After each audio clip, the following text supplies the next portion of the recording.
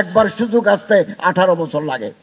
পরিকল্পনা নেন, মনসুবা করেন, সুযোগ সব সময় আসে না, একবার সুযোগ আসতে 18 বছর লাগে। আমি বাংলাদেশ সরকারের 22 জন উপদেষ্টার মধ্যে একজন।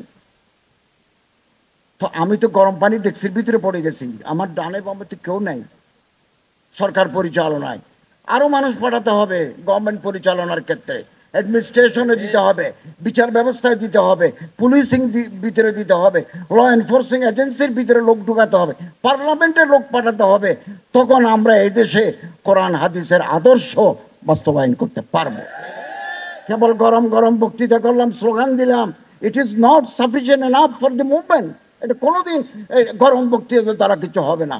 পরিকল্পনা নেন, মনসুবা করেন, সুযোগ সব সময় আসে না, সুযোগ এক সময় হাতছাড়া হয়ে যাবে, একবার সুযোগ আসতে 18 বছর লাগে।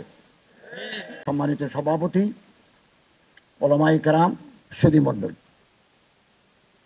হযরত মাওলানা খালেদ সাইফুল্লাহ আইয়ুবী কর্তৃক, হাফিজাহুল্লাহ তাআলা কর্তৃক লিখিত সম্পাদিত 2 খণ্ডের মশায়েখে বাংলাদেশ এর মোড়ক উন্মোচন উপলক্ষে আয়োজিত এই সমাবেশে আমরা হাজির হয়েছি।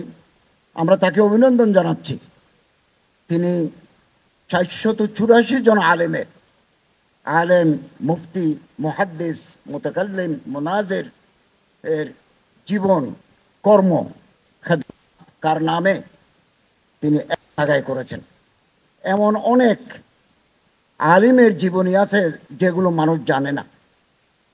এরকম প্লট এই জীবনীগুলো পুরানি চারাগ তিনি এক জায়গায় এনেছেন। এটাকে আমি বলতে পারি দরিয়া বকুজা, কলসির ভিতরে সমুদ্রকে সংকলন করার মতো। 1151 পৃষ্ঠা। আগামী দিনে আমি আশা করব এটা এখন 2, 3, 4, 5, 6 করে বের হবে, এটা মওসুআ হিসেবে স্বীকৃতি পাবে। সম্মানিত উলামায়ে কেরাম, যারা চলে গেছেন আমরা তাদেরকে আর ফিরে পাবো না। এরকম মানুষ আর পরবর্তী সময়ে আসে না। হাইহাতা লা ইয়াতি জামানু বিমিথলিহি ইন্নাজ জামানা বিমিথলিহি লাবখিলু। জামানা এখন আগের মতো মানুষ তৈরি করতে বহালতি করে। মানুষ মারা যায়, ওমা মাতাত মাকারিমুহুম, তাদের আখলাক, তাদের আদাত, তাদের কিরদার, তাদের কারনামে মরে না। কিছু মানুষ আছে আশা, তারা বেঁচে থাকে, ওহুম ফিন্নাসে আমওয়াত, মানুষের কাছে তারা মরা।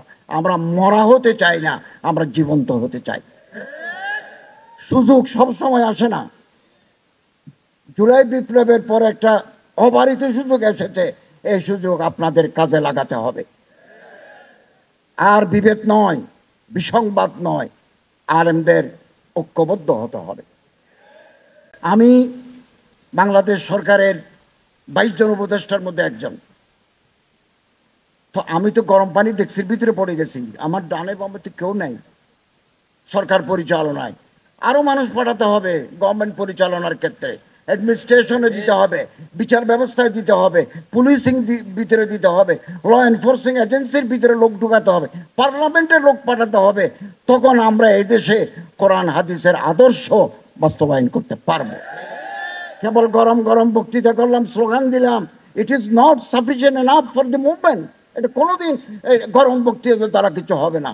পরিকল্পনা নেন, মনসুবা করেন, সুযোগ সব সময় আসে না, সুযোগ এক সময় হাতছাড়া হয়ে যাবে, একবার সুযোগ আসতে 18 বছর লাগে। অতএব আর দেশে আমাদের সংস্কৃতি, আমাদের কালচার, আমাদের তাহজিব ভিত্তিতে আইন প্রণীত হবে। এই জন্য পার্লামেন্টে যারা যাবেন তারা হচ্ছে লেজিসলেটিভের অংশ, ল মেকার। আমার দেশে কোন ধরনের আইন চলবে, আমার সংস্কৃতি, আমার তাহজিব, আমার তমুদ্দুন, আমার মাযহাবের ভিত্তিতে এদেশের জনগণ, এদেশের ওলামা, এদেশের কৃষক শ্রমিক সেটা নির্ধারণ করবেন। গোটা দুনিয়াব্যাপী আমাদের বন্ধু আছে, গোটা বিশ্বব্যাপী কূটনৈতিক সম্পর্ক আছে, বাণিজ্যিক সম্পর্ক আছে, কালচারাল রিলেশন আছে। তারা আমাদের পরামর্শ দিতে পারেন, কিন্তু তাদের প্রেসক্রিপশন আমরা বাধ্যতামূলকভাবে মানতে বাধ্য নই। আমরা আমাদের মতো করে চলবো, এদেশের তাহজিব, তমদ্দুন, সংস্কৃতিকে আমরা লালন করব। আমি একথা স্পষ্ট করে বলতে চাই, কেবল এই গভর্নমেন্ট নয়, আগামী দিনে যারা আসবেন, এরপরে যারা আসবেন, এদেশে কোরআন হাদিসের পরিপন্থী কোনো বিধি, কোনো আইন এদেশের জনগণ মানবে না। এটা কেবল আমি এখন সরকারের অংশ, এখন এটা কেবল ইন্টারিম গভর্নমেন্টের কথা নয়। আমাদের কাছে মন্ত্রিত্ব, উপদেষ্টাগিরি, ফ্ল্যাগওয়ালা গাড়ি বড় নয়। এদেশের তৌহিদি জনতার সাথে যে মিলন এবং এদেশে যে ইসলামী আদর্শ আমরা এটা লালন করি, এটাই আমাদের কাছে দাম বেশি। ক্ষমতার চাইতে আমাদের ধর্ম, আমাদের তাহজিব, আমাদের তমুদ্দুন, এগুলো আমাদের কাছে দাম বেশি। অতএব আপনারা এই যে সুযোগ জুলাই বিপ্লবের পরে এসেছে, এটাকে কাজে লাগান। সুযোগ সব সময় আসে না, এই সুযোগ আগামী দিন আর পাবেন না। আল্লাহ তালা আমাদের তৌফিক দান করুন, আমিন। মোল্লা খালেদ সাইফুল্লাহ আইয়ুবী সহ হযরত উলামায়ে কেরাম এই যে বই পুস্তক এই 2 খণ্ডের যে মেহনত করেছেন, আগামী সংখ্যা সেকেন্ড এডিশন করার সময় আপনারা আরও আলেমদেরকে সংযুক্ত করবেন, রেফারেন্স দিবেন। কিছু কিছু আলেমদের জীবন একেবারে সংক্ষিপ্ত হয়েছে, এটা একটু বড় করবেন। আর যারা এখন আনএক্সপ্লোর্ড, এখনো আসে নাই, তাদেরকে যুক্ত করবেন। এটা বাংলাদেশের ইতিহাসে আমি আশা করি খালেদ সাইফুল্লাহ আইয়ুবী সাহেবের মাধ্যমে একটা মহৎ কাজ হবে। এটা আমাদের আই ওপেনার, সারা পৃথিবীর চোখ খুলে দেবে। আল্লাহ তৌফিক ওয়াল মুওয়াফিক ওয়াল মুঈন। আসসালামু আলাইকুম।